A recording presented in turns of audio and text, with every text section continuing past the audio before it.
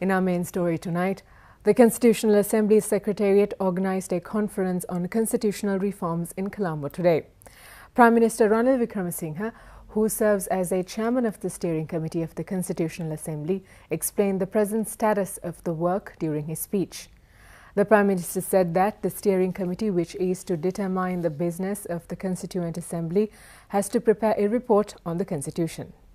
Anticipated we may be able to submit the report in January, but it was too short of time frame. Parties needed to consult their constituents and their supporters. But we are now looking at a report being submitted towards end of August.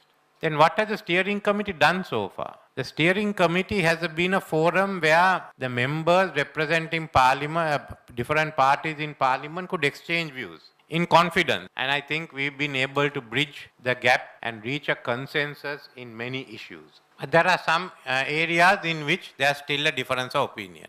And we decided that when we send in the report, we will in some instances refer to different options, because we are not required to present a draft. We are only sending the first interim report.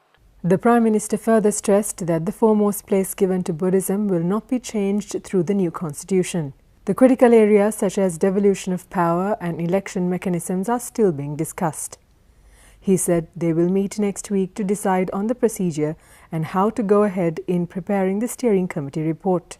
And secondly, in enacting the constitution, do we include all provisions or do we include first give prior to the provisions that may not require a referendum? So these are some of the issues that we will be discussing and debating to include it in the report. So there will be some instance the consensus will be to have different options, but this is not the final report. This is only for the country to debate, get the country's views, have that reflected through the Constituent Assembly, and then decide on the next step. The experience you have will certainly enable us to reach a consensus, because between the report and the debates of the Constituent Assembly is the time that we would try to reach a consensus. Meanwhile, speaking at the conference, Dekan Mosanek, a former Deputy Chief Justice of South Africa, said properly compiled constitution is needed to create a just society. He also noted the constitutions should be able to ensure everyone's rights are protected. And constitutions are important only for one reason: not to excite lawyers, not to allow bombast, but to help to protect society and to protect the most vulnerable in society, to regulate public power, which is given for one reason and one reason only: to do good and never to do bad. The former Deputy Chief Justice of South Africa also explained the steps that they adopted to make the public a part of the constitutional journey. We went out to schools, we went out to universities, we went out to social clubs and started educating everybody about the constitution that had just been inducted.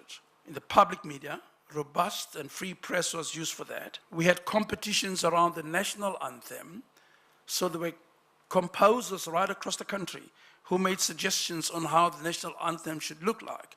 And we ended up with a national anthem with four languages. So we sing in 4 languages in South Africa. We adopted 11 national official languages. We created national days of remembrance for almost all religions and all peoples in our country. With live debate, televised debates on the Constitution, what about to happen. And in the end, competitions around the flag, how the South African flag should look like. And that's why there's so many colors on it. In that way, we had the whole community behind us.